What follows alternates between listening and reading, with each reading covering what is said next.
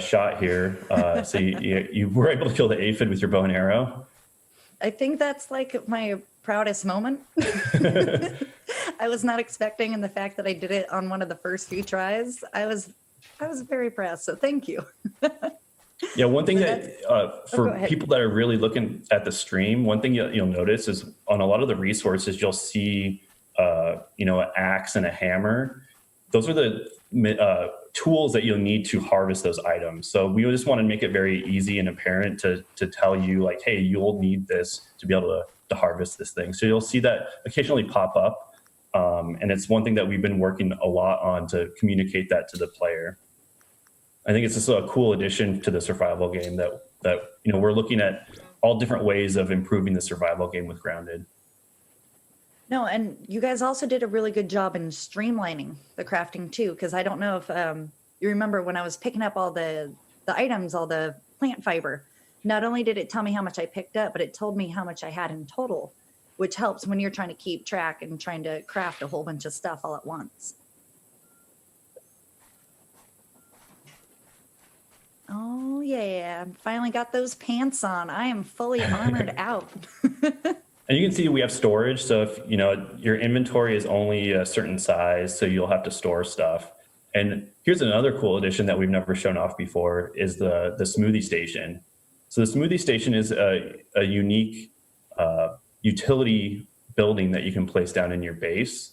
And it's a experimental crafting station where you can put bug parts into it and mash it all up, and you can get something out of it, which is a smoothie. And you can put any 3 ingredients in there and see what you get out of it. And most of the stuff is very beneficial, so it's a way to buff your character in combat. And you can just try out different things. One cool thing that we're doing is if you do find a cool smoothie that works out really well, it will actually remember that recipe for you. So you don't have to remember all those things, all the different ingredients that turned into a cool smoothie. One of the things that I loved about that smoothie station when I first saw it is the fact that I get to use bug parts that I may not have a purpose for at that time. So it was really nice to be like, I don't have to throw this stuff away. I could just make a delicious smoothie. And it might be gross, but most of the smoothies offer at least some nutrition. Yeah, I think that one that I just crafted replenished some health, which will definitely come in handy when I go exploring. Oh, here we are trying to equip my spiky sprig. So spiky sprig is it's a tier 1 club weapon.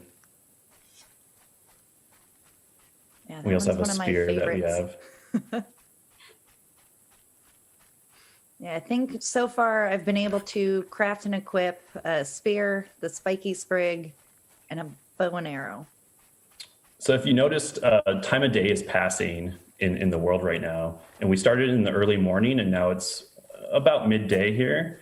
And the cool thing about Grounded is that the environment will really change depending on the time of day. So different insects will change their behavior. So some will go to sleep during the night, some will go to sleep during the day. Some will patrol at night, and they'll wake up and hunt. So depending on the time of day, you'll encounter different things. So you have to plan accordingly. So if you're going out and adventuring, depending on the time of day, you might need to equip different things or prepare differently. That makes a lot of sense. And I like the fact that the game makes it really easy for you to figure out what time of day it is, which is why it's so bright right now. And the shadows kind of come like directly down.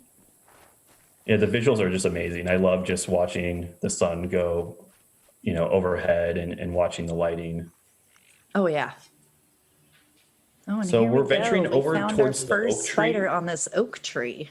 Yeah, so we're over near the oak tree, and there's an ant hill here. There's some ants, but there's also, here's an Orb Weaver Spider, and it's a pretty dangerous creature to fight early on. And the Orb Weaver will shoot a web at you to stun you in place and hold you in place while he'll munch on you. And as you can see, you probably want to be better equipped before fighting Orb Weavers or spiders in general. We have a couple different spider varieties. And now it's time to talk about the death mechanic.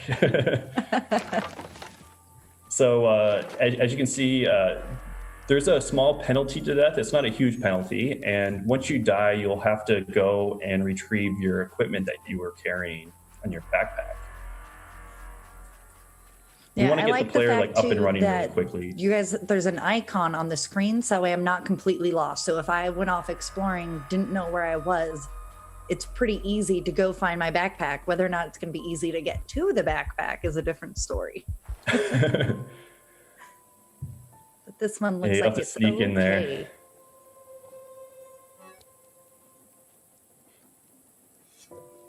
Perfect. Take all my stuff, get ready to equip it, and then run away from that spider. Another thing too is I love the way that you guys got grass and clovers to move when a big creature was walking nearby. So it kind of gives me a tell that, oh, there's something over there I may not want to go greet.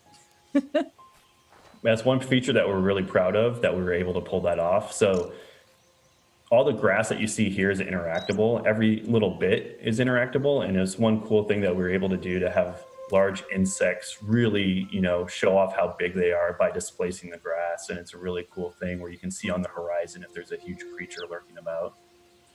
Yeah, it's definitely helpful and kind of scary when it's grass close to you. Here we go. We are getting ready. Running away from the oak tree because I think I was done with the orb weavers. And well, it looks like we got a ladybug on a grass. Yeah, the ladybug, it looks like it's stuck up there. Yeah, but you know what? That's part of the reason why we're doing this early access July 28th, right? So that way we can get the players in the game playing, so that way they can help us find all this stuff and make the game a game that we all want to play. Yeah, so, there's going to be some issues here and there. We hope to have it as polished as we possibly can have it. Oh, yeah. But we want to involve the community as early as possible in the development of the game, so everyone can help shape the direction and the future of Grounded. Right here we fought a little mite. Mites are just hostile little pests that will, bite your face off if you're not paying attention. If they group up, they're a little more dangerous. Oh, you can hear them come too. Yep. And I love this too. I love the fact that if I have forgotten to equip something or accidentally thrown it, I can at least try to punch before running away. Yeah, so punching is always the last ditch option. Not recommended, but if you run out of your weapons, you can always go in and punch.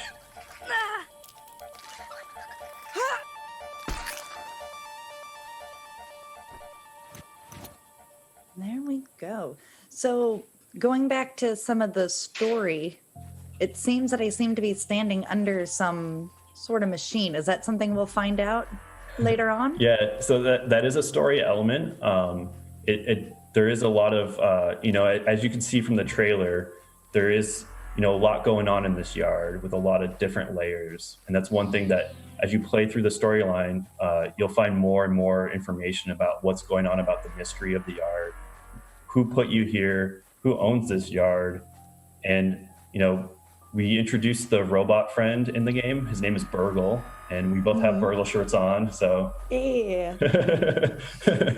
So Burgle is definitely a favorite of the team, and we're happy to finally get to talk about Burgle. And he is your robot buddy that's helping you throughout the adventure.